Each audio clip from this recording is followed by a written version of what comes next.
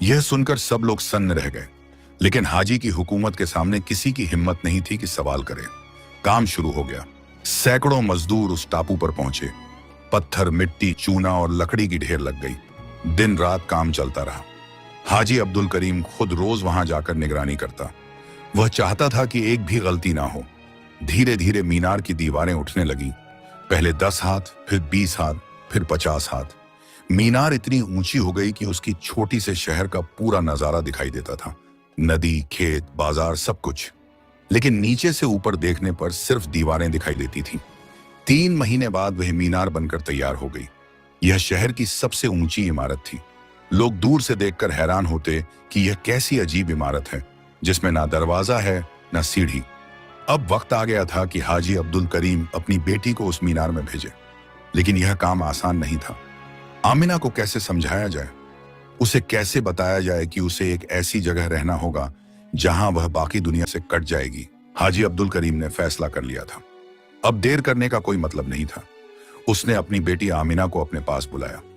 आमिना अपने कमरे से निकलकर अपने वालिद के पास आई। उसके चेहरे पर मासूमियत थी और आंखों में सवाल। अब्बू जान, आपने बुलाया? आमिना ने अदब से पूछा। हाजी अब्दुल करीम ने गहरी सांस ली। उसने अपनी बेटी का हाथ पकड़ा और प्यार से कहा, बेटी, मैंने तेरी हिफाजत के लिए एक खास इंतजाम किया है। इस दुनिया में बहुत खतरे हैं, बुरी नजरें हैं। मैं नहीं चाहता कि तुझे कोई तकलीफ पहुंचे। आमिना ने हैरानी से पूछा, लेकिन अब्बू जान, मैं तो यहां महफूज हूं। इतने सारे पहरेदार हैं, फिर क्या खतरा? हाजी ने समझाया, बेटी, कुछ खतरे आंखों से नहीं दिखते। मैंने तेरे लिए एक खास जगह बनवाई है। वहां तू बिल्कुल सुरक्षित रहेगी। यह सब तेरे भले के लिए है। क्या तू अपने बाप पर भरोसा नहीं करती? आमिना ने अपने वालिद की आंखों में देखा। उसे उनमें फिक्र और मोहब्बत दिखाई दी।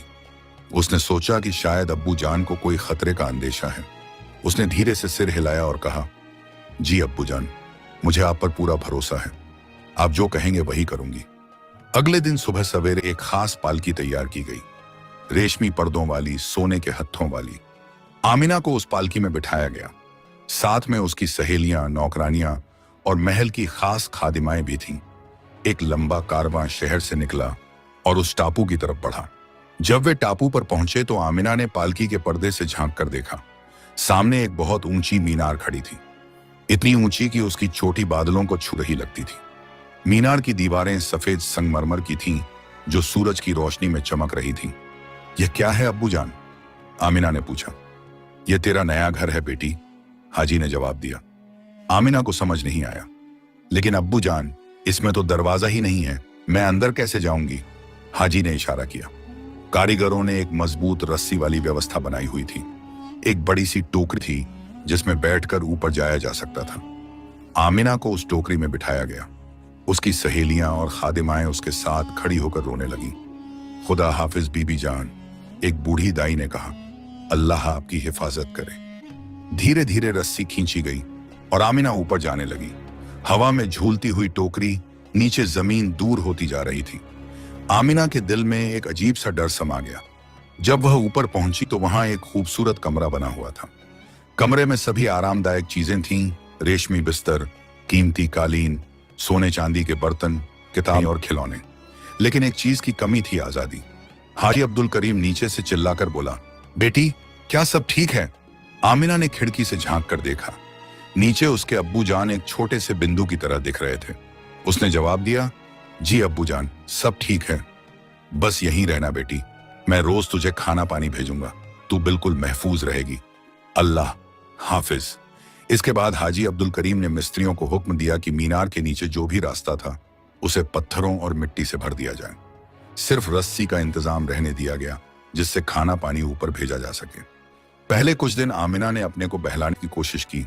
वह किताबें पढ़ती, कढ़ाई करती, खिड़की से बाहर का मंजर देखती। ऊपर से पूरा शहर दिखाई देता था, छोटे छोटे घर, बाजार, नदी और दूर तक फैले खेत। लेकिन वह वहां जा नहीं सकती थी। रात को जब चांद निकलता तो आमिना उस खिड़की के पास बैठ जाती और तारों को गिनती।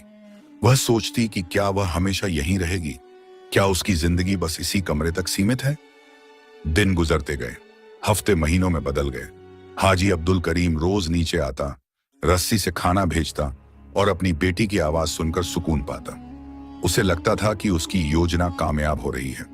उधर हाजी ने शहर में खुफिया जासूस लगा रखे थे जो इब्राहिम नाम के किसी लकड़हारे की खोज कर रहे थे। लेकिन महीनों बीत गए और किसी को कोई पता नहीं चला। हाजी का घमंड और बढ़ गया। वह सोचने लगा कि शायद वह दरवेश पागल था और उसकी बातों में कोई सच्चाई नहीं थी। देखा, हाजी अपने आप से कहता, मैंने तकदीर को हरा दिया। मेरी बेटी महफूज है और वह मनहूस लकड़हारा कहीं नहीं मिला। शायद था ही नहीं। लेकिन वह नादान नहीं जानता था कि तकदीर अपना खेल अपने वक्त पर खेलती है। जल्दी नहीं करती, देर भी नहीं करती, बस सही वक्त का इंतजार करती है। 1 साल बीत गया। आमिना अब अपनी कैद की आदी हो चुकी थी। उसने उम्मीद छोड़ दी थी कि वह कभी इस मीनार से बाहर जाएगी। उसकी जिंदगी एक रस्सी और एक खिड़की तक सीमित हो गई थी। एक रात की बात है, आसमान में काले बादल छा गए, बिजली कड़कने लगी और तेज हवाएं चलने लगी।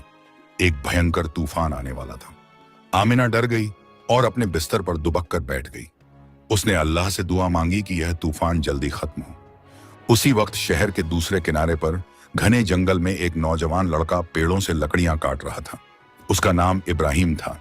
वह एक गरीब लकड़हारा था जो रोज जंगल से लकड़ियां काटकर शहर में बेचता था।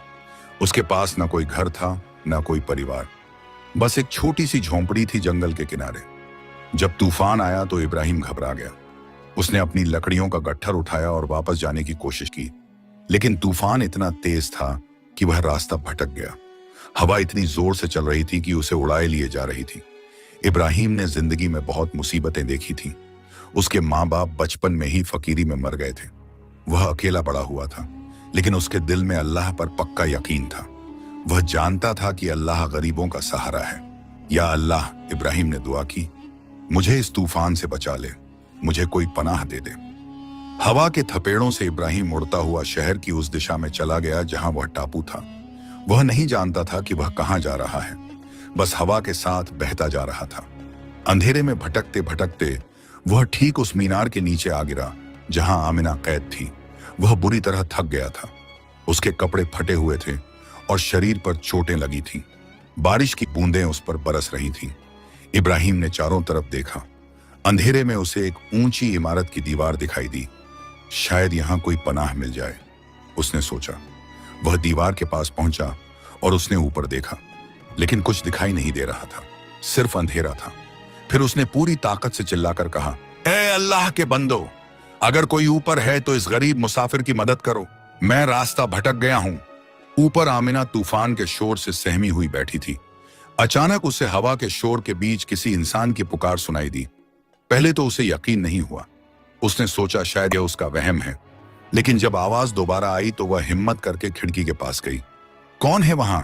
आमिना ने डरते हुए आवाज दी। नीचे इब्राहिम को एक औरत की आवाज सुनाई दी। उसे हैरानी हुई, इस वीराने में इतनी ऊंचाई पर कोई औरत।